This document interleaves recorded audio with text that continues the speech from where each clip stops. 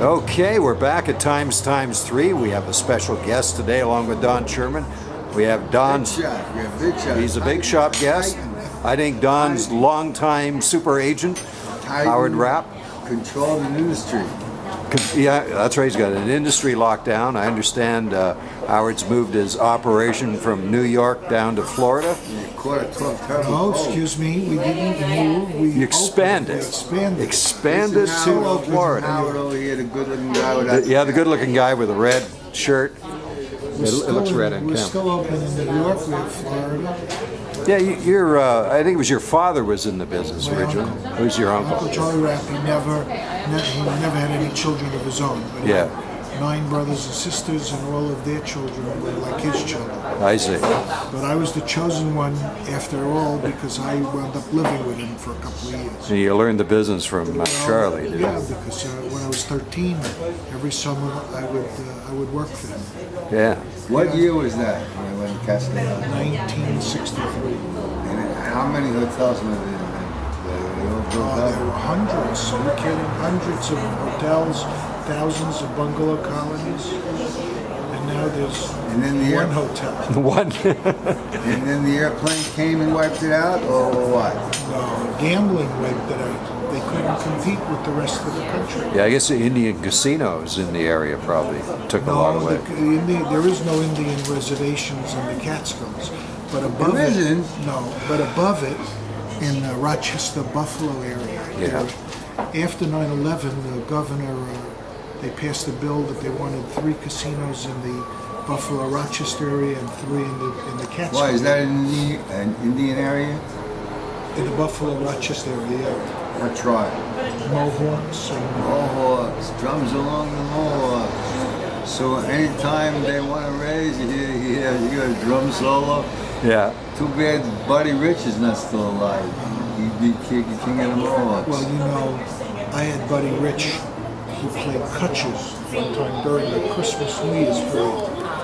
And he got out there with his big band. And we had a guy, he was going to do 45 minutes. And we had this guy, Sean Elliott, who was working in Broadway to do another 45 minutes. And then his band would come back and do another 45 minutes. So Buddy Rich comes out and he says to the people, "You're not going to dig what I'm doing, but I'm going to do it anyway because I'm getting paid." And he goes, da-da-da-da-da, and he loud. And so they wait the 45 minutes to people. Sean Elliott comes out. He does a terrific job for 45 minutes, and all the people waited for Buddy Rich to come back. And the minute he played his first song, they all got up and left. That was their way to get back in. Yeah.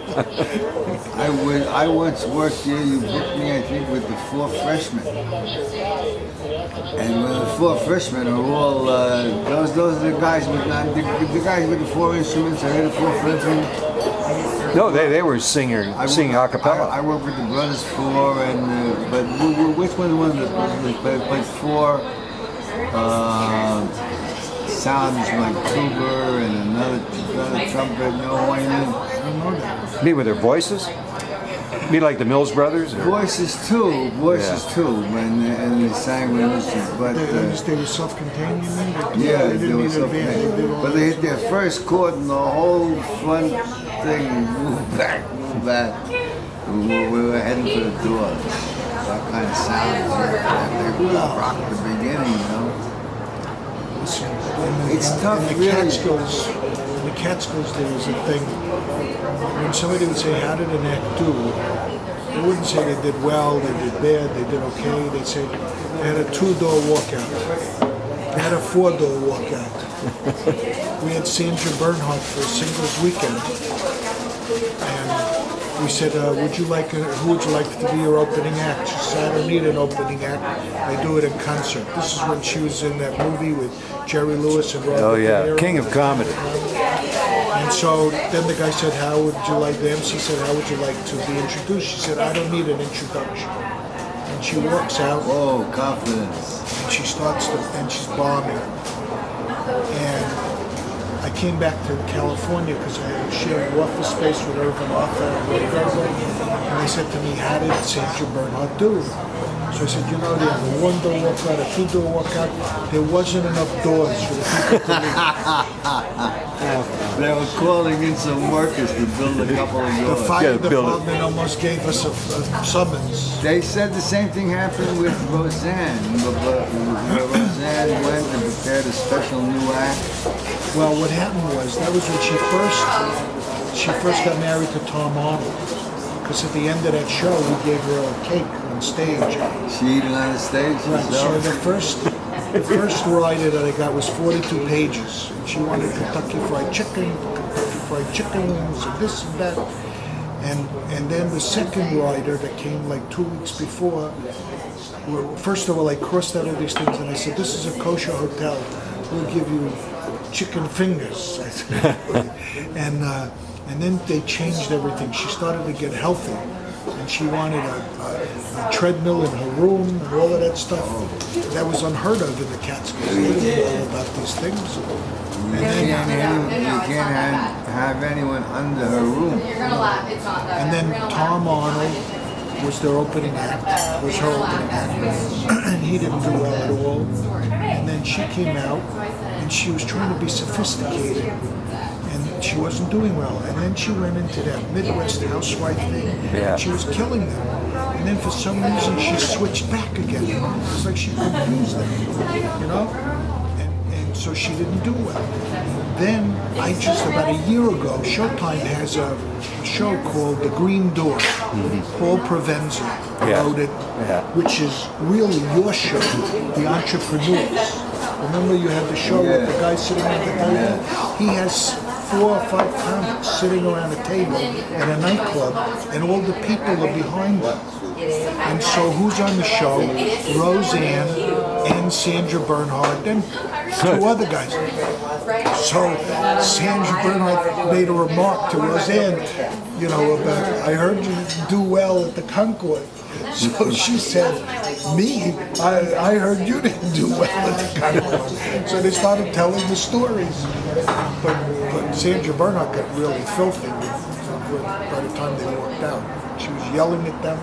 It was unbelievable. She was just saying goodbye It's a disappointment. to her career. I don't see many comics around anymore like I used to. It's very hard.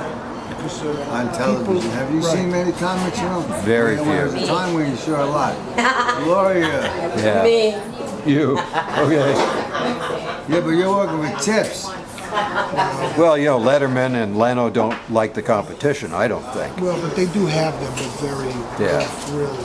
And they're screened very well. I mean, you can't. You get people like Home Box Office, they have this Whitney Cummings, they star in immediately. And now she's got to deal with NBC, and she has a show on CBS that she produced and wrote. But it's very difficult. How are comedy stores doing that? Are they doing as well? They're still around, but I don't think they're Or doing just it. a concert when somebody makes it? Like this guy who's screaming a lot about politics. He's very funny. Oh, Louis Black. Yeah, suddenly Yeah, I'm not Louis. seeing him anywhere. No, but he works. He works it. You know, I tried to get him a job in Florida, and he won't take it. He picks and chooses his jobs. He'll do a college for so much less money than a concert, you know, in an open promotion. But he's brilliant, you know, he yells, he screams, but he makes them laugh. Yeah. He's very good. Yeah, the intelligentsia really likes it. Well, he's got the right attitude. Has he talked much about the occupation?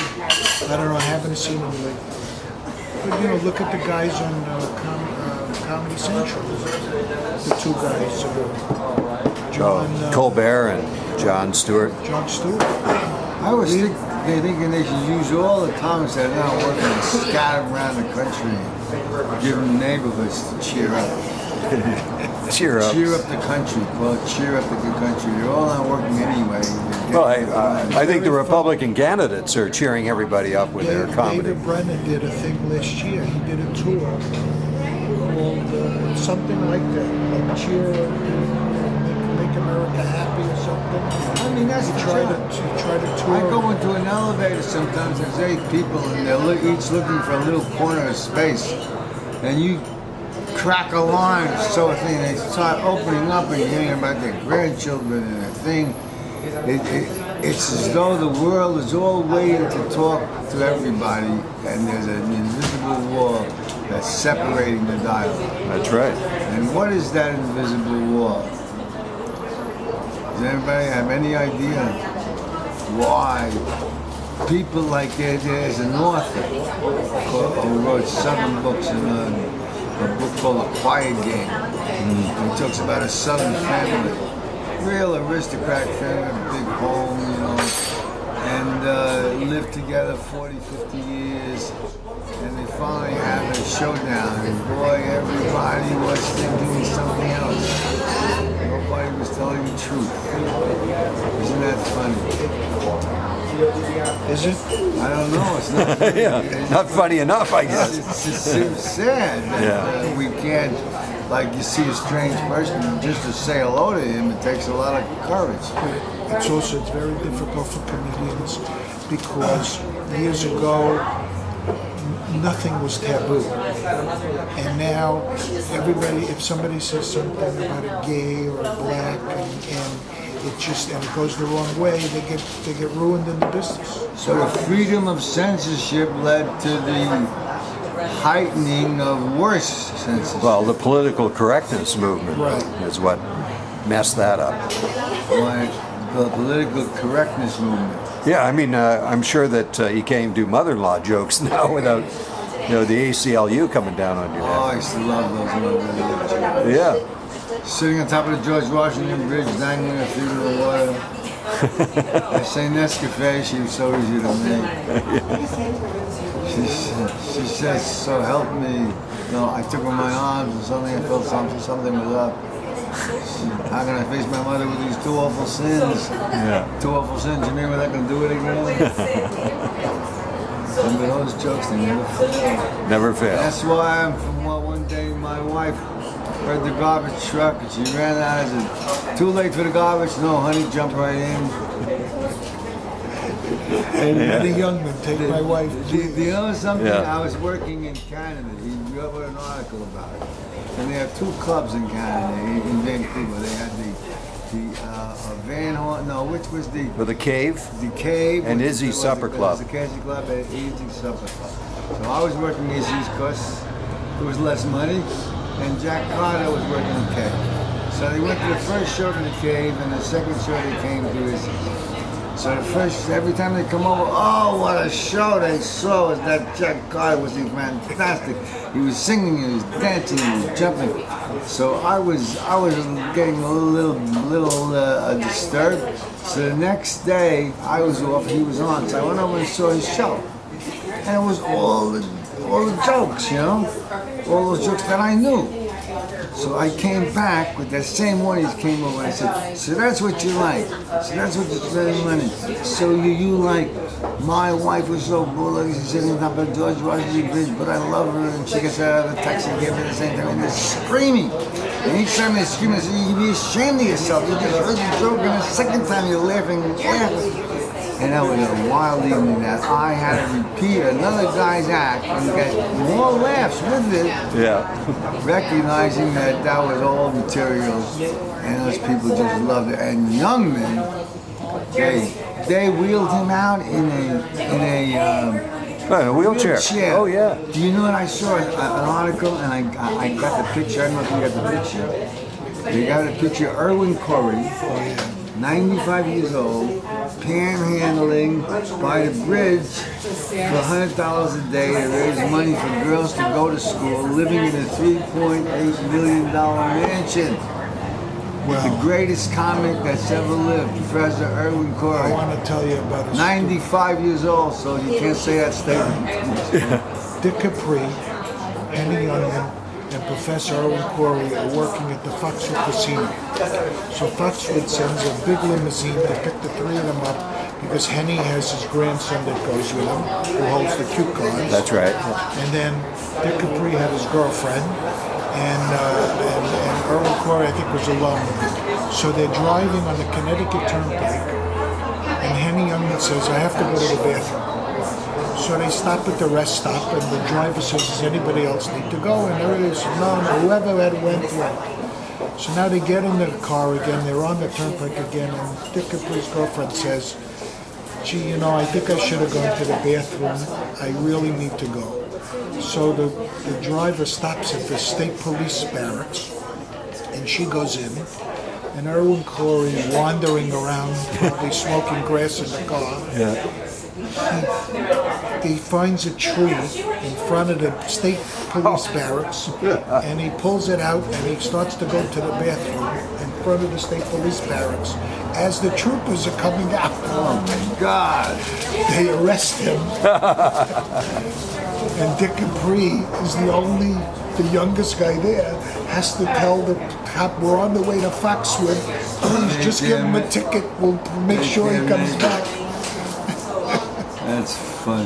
God, could you imagine that man at 95 years old? Well, God bless At him. the you Midtown know. Bridge. There you go. Midtown Tunnel. Yeah.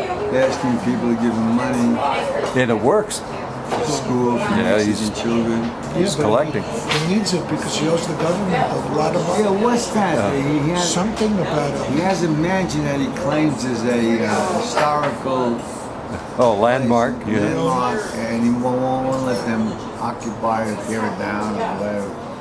3.8 million, and he said he's still working club days because he's so funny. Yeah. But doesn't remember his act anymore. Oh, I do. No, he doesn't. Oh, I do, and I love to do it. Scientists tell us there are two basic urges: sex. And forget the other.